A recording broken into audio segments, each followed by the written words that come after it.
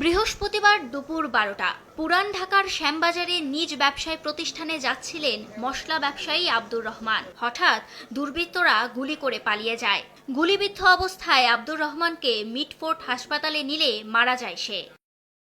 চাঞ্চল্যকর এমন হত্যার পরই সিসিটিভি ফুটেজ বিশ্লেষণ করে ছায়া তদন্তে নামে র্যাব। আসামিদের শনাক্তের পর রাজধানীর কল্যাণপুরে অভিযান চালায় সংস্থাটি।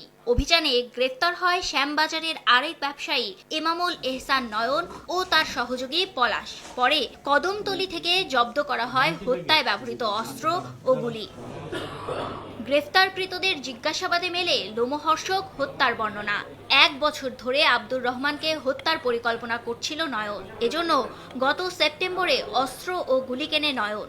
সে অনুযায়ী বৃহস্পতিবার একা পেয়ে গুলি করে হত্যার মিশন বাস্তবায়ন করে। পরে নেপালে পালিয়ে যেতে বিমানের টিকিটও কাটে সে। ভিকটিম আব্দুর রহমান মাওলা বক্সের গলি দিয়ে দোকানে যাওয়ার সময় চক্ষু হাসপাতালের সামনে পৌঁছালে নয়ন হাতে থাকে বিদেশি রিভলভার দিয়ে প্রথমে বুকে গুলি করে। গত সেপ্টেম্বর মাসে 1,05,000 টাকায় একটি বিদেশি রিভলভার ও কার্তুজ ক্রয় করে এবং নেপালে পলায়নের উদ্দেশ্যে নেপালের নন অন অ্যারাইভাল ভিসার জন্য অনলাইনে আবেদন করে এবং 13 তারিখের বিমানের টিকিটও ক্রয় করে।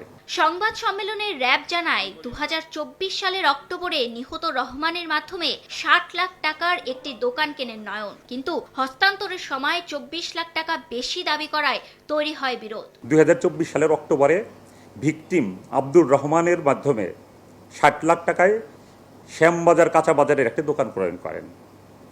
দোকান হস্তান্তরের সময় ভিকটিম তার কাছে অতিরিক্ত আরও 24 লাখ টাকা দাবি করলে তাদের মধ্যে তীব্র ব্যবসায়িক বিরোধের সৃষ্টি হয়।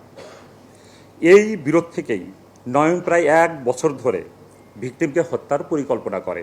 এ হত্যায় কোনো রাজনৈতিক সম্পৃক্ততা নেই বলেও জানিয়েছে র্যাব। চাঞ্চল্যকর ঘটনার ফাহরিয়া ফারুকী, সময় সংবাদ, ঢাকা।